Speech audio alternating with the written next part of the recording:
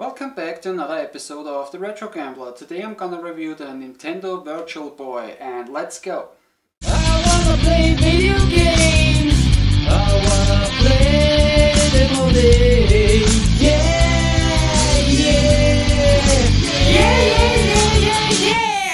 The Nintendo Virtual Boy was invented by Gunpei Yokoi, who was also the father of the Nintendo Game Boy, and it was released in 1995, and during its developing time it was called the VR32.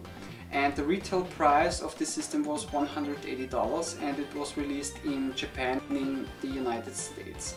It's a RISC-based 32-bit system which contains two LED screens, a lens system and mirror scanning, which collaborate to create 3D image that the player would see.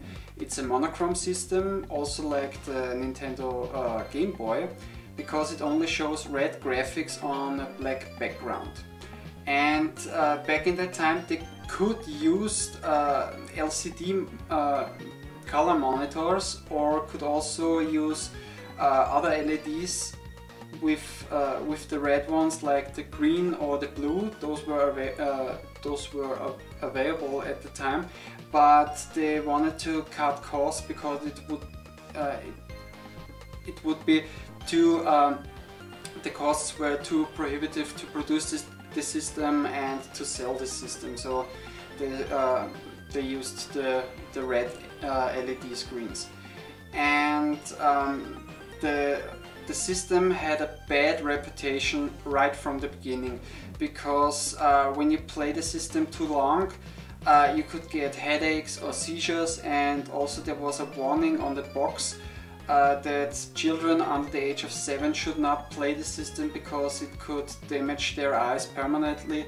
And yeah, this was one of the reasons why this system failed, because the parents were too worried to buy this system for their kids. And also Nintendo did the marketing for this system was very poorly, because they were too busy working on the Nintendo 64, which was released 1 year later. And also the third-party support was very minimal, and those video game developers who supported the system didn't took advantage of the 3D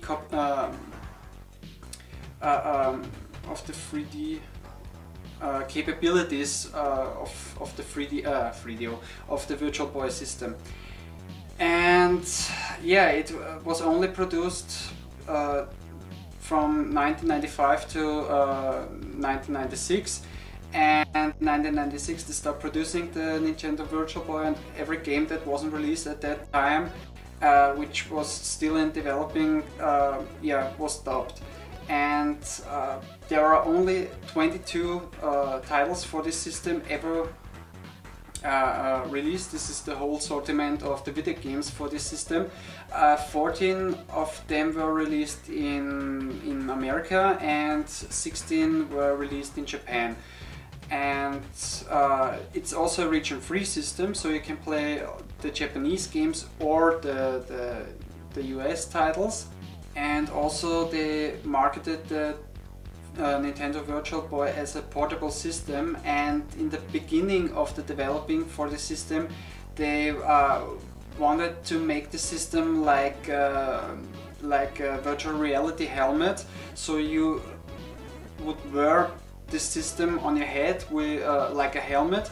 But due to its weight and size, and also because they were worried that gamers or children or whatever who played the system would walk around and run into walls or just hurt themselves, so they released the system with a stand.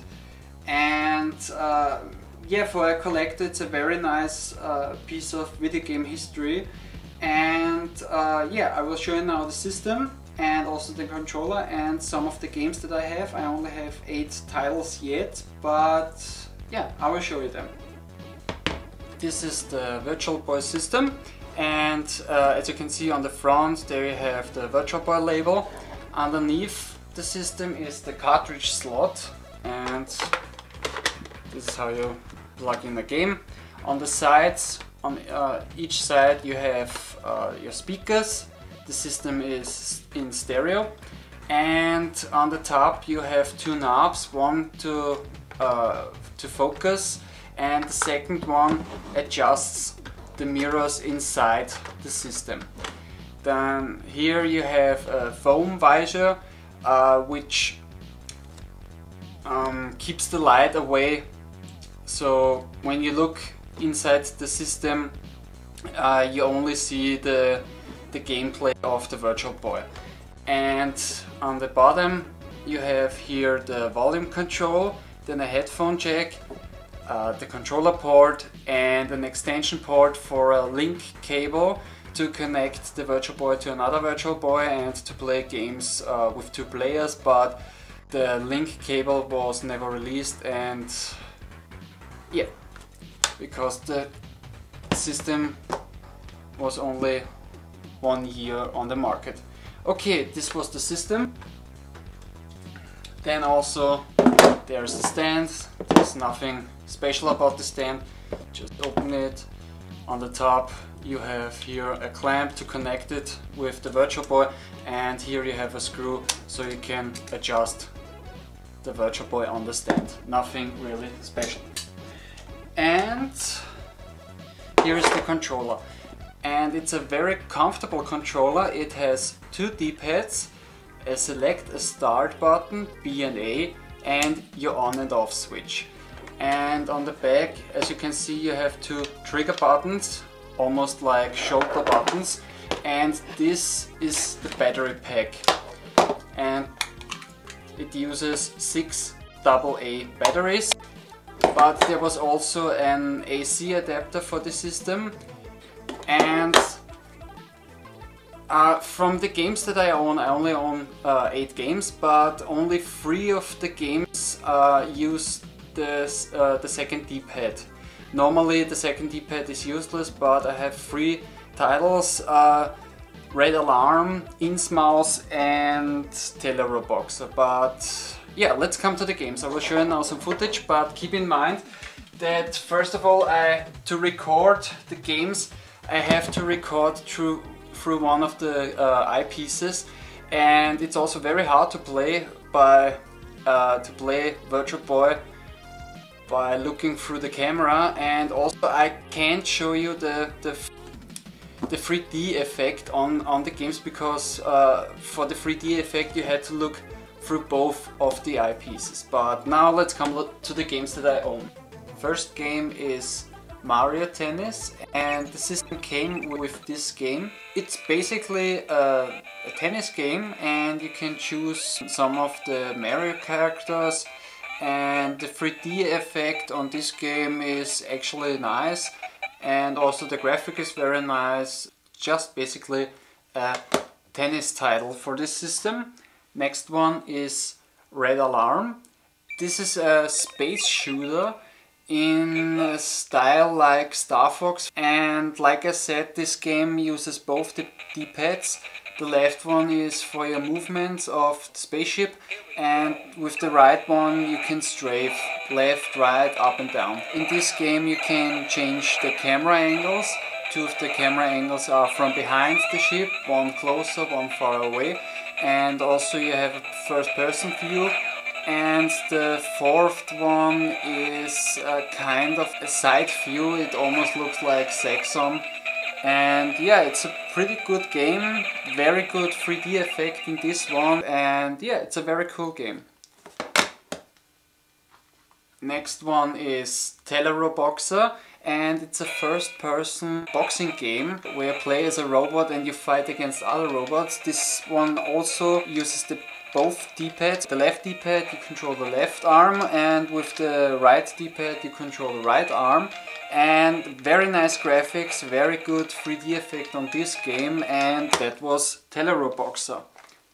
Next one is Golf for the Virtual Boy. Nice graphics, and yeah, 3D effect I guess are okay, but it's a nice game. It's just a golf game for the Nintendo Virtual Boy. Next up is Virtual League Baseball. Very good baseball title. The 3D effect is very good in this game. Very nice graphics. A very good title for the Virtual Boy. Then we have Vertical Force.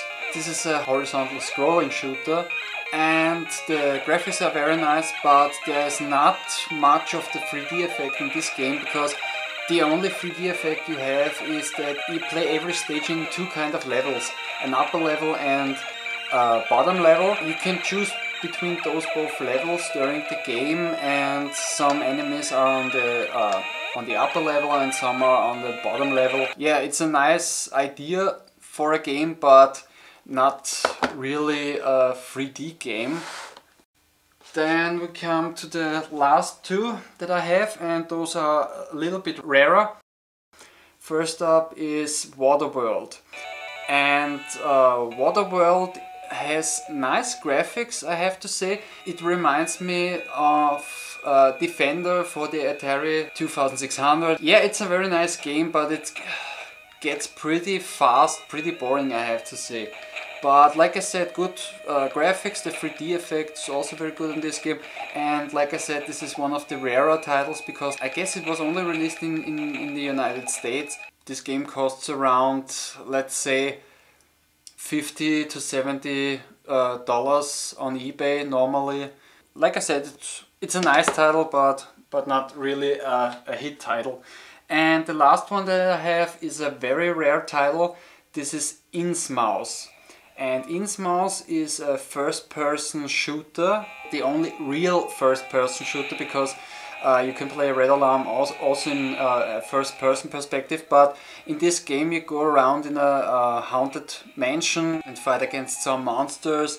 And yeah, 3D effect is very good in this game, and it also uses both the D-pads. The left one is for your movements, and with the right one you aim with your weapon. But it's a very hard game, and yeah, like I said, nice graphic, good 3D effect, and also like I said, this is a very rare title because Innsmouth, yeah, when you find it on eBay, some of the prices they vary a lot. Innsmouth you can get on eBay,